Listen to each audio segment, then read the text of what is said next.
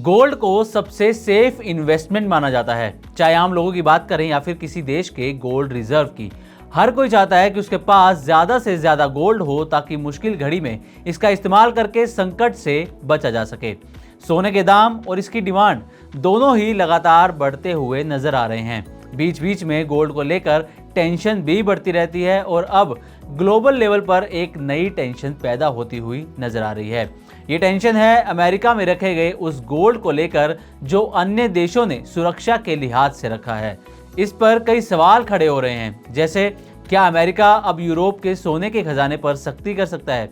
क्या ट्रंप की वापसी के बाद जर्मनी और इटली जैसे देश अब अपना सोना वापस मंगवाने की तैयारी में हैं? क्या दुनिया भर के सेंट्रल बैंकों को अब गोल्ड पर भरोसा डॉलर से ज्यादा हो गया है? तो चलिए इस पूरे मामले को इस वीडियो में समझने की कोशिश करते हैं।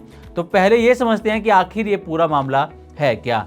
दरअसल यूरोप की एक संस्था टैक्सपेयर्स एसोसिएशन ऑफ यूरोप यानी कि TAE ने एक बयान में कहा है कि यूरोपीय यूनियन देशों को अमेरिका में रखे गए अपने फिजिकल गोल्ड रिजर्व को या तो वापस यूरोप मंगाना चाहिए या फिर उसकी पूरी तरह से ऑडिट होनी चाहिए।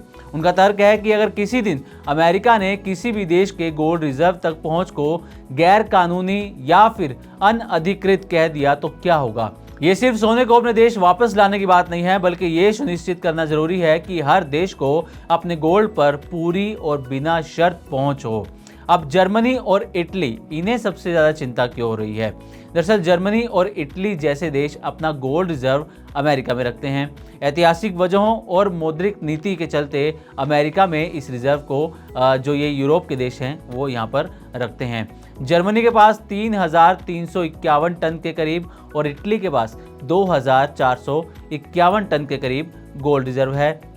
और इन देशों की इस वक्त ग्लोबल माहौल देखकर चिंता जो है वो लगातार बढ़ती जा रही है।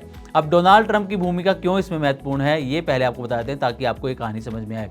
दरअसल फाइनेंशियल एक्सप्रेस की रिपोर्ट के मुताबिक टैक्सपेयर एसोसिएशन ऑफ यूरोप, इनका कहना है कि ट्रंप बार बार यूएस फेडरल रिजर्व की स्वतंत्रता पर सवाल उठाते रहे हैं। वो चाहते हैं कि फेड की नीतियां सीधे व्हाइट हाउस के अनुसार बनाई जाएं, जैसे कि ब्याज दरों में तेजी से कटौती करना। अगर ऐसे में ट्रंप फिर से फेड पर दबाव बनाते हैं और किसी देश की गोल्ड रिपेट्रिएशन रिक्वेस्ट यानी कि उनकी जो सोना वापसी की रिक्वेस्ट है उसको अमेरिका के राष्ट्रीय हितों के विरुद्ध मान लिया जाता है, तो उस देश को अपना गोल्ड मिल भी सकता है या फिर नहीं, ये स्थिति साफ नहीं है, ऐसा टैक्सपेयर एसोसिएशन ऑफ यूरोप का कहना है। अब एक बार इस पर भी नजर डाल लेते हैं कि आखिर किस देश के पास कितना गोल्ड रिजर्व है। तो वर्ल्ड गोल्ड काउंसिल के मुताबिक अमेरिका के पास करीब 8,133 टन सोना, जर्मनी के पास 3,351 टन, इटली के पास 2,451 ton, France 2,437 ton, Switzerland 1,039 ton और भारत के पास करीब 880 टन सोना मार्च 2025 तक मौजूद था। इनमें से ज्यादातर देश अपना कुछ हिस्सा अमेरिका और बैंक ऑफ इंग्लैंड के वॉल्ट्स में रखते हैं ताकि वो सुरक्षित रहे। अब इस पूरे मुद्दे पर भारत का क्या कदम रहा ये भी जान लीजिए। तो 2024 में भारत ने लंदन से करीब 200 टन सोना वापस मंगवाया था और ये जो फैसला था वो सोवरेन कंट्रोल और फॉरेक्स डाइवर्सिफिकेशन के हिसाब से लिया गया था, क्योंकि अब कहा यह जा रहा है कि भारत अपने गोल्ड रिजर्व की फिजिकल पहुंच को लेकर अलर्ट हो चुका है। अब यूरोपीय देशों को यह डर इसलिए भी सता रहा है क्योंकि अमेरिका ने रूस की संपत्ति को फ्रीज कर दिया था। क्या था पूरा मामला ये जान लीजिए।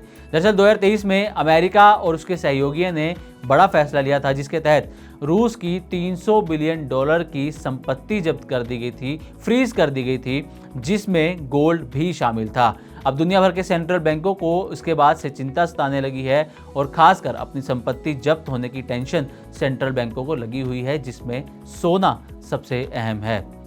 अब क्या गोल्ड नई रिजर्व करेंसी बन चुका है? तो ECB यानी कि यूरोपियन सेंट्रल बैंक की एक रिपोर्ट के अनुसार गोल्ड अब यूरो से भी बड़ा विदेशी रिजर्व एसेट बन चुका है। पिछले 3 साल यानी कि 2022, 2023 और 2024 में सेंट्रल बैंकों ने हर साल 1,000 टन से ज्यादा गोल्ड खरीदा है, जबकि पिछले एक दशक में सोने की जो खरीद रही है वो एवरेज सिर्फ 400 से 500 टन थी। इसका मतलब है कि अब इन्फ्लेशन और जियोपॉलिटिकल अस्थिरता की वजह से गोल्ड को सबसे सुरक्षित संपत्ति माना जा रहा है। इससे जाहिर है कि यूरोपीय देशों का अमेरिका से सोना वापस मंगाने की मांग कोई इमोशनल फैसला नहीं है, बल्कि रणनीतिक और सुरक्षा से जुड़ा फैसला है।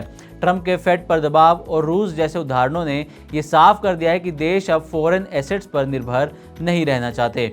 भारत, जर्मनी और इटली जैसे देश अब अपने गोल्ड रिजर्व्स की सुरक्षा को लेकर कहीं ज्यादा गंभीर हो गए हैं।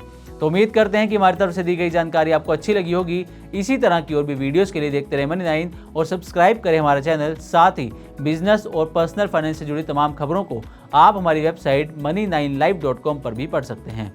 ग्लोबल संकेतों के दम पर कैसे खुलेंगे हमारे बाजार? क्या कह रही हैं खबरें और ब्रोकरी रिपोर्ट्स? किन शेयरों में बनेगा पैसा?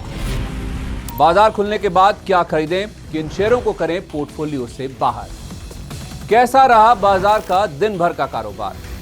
कैसे तैयार करें कल के बाजार की स्ट्रैटेजी? इन सब सवालों के जवाब जानिए मेरे साथ ओपनिंग बज और क्लोजिंग बज में इन वक्त पर सिर्फ मनी 9।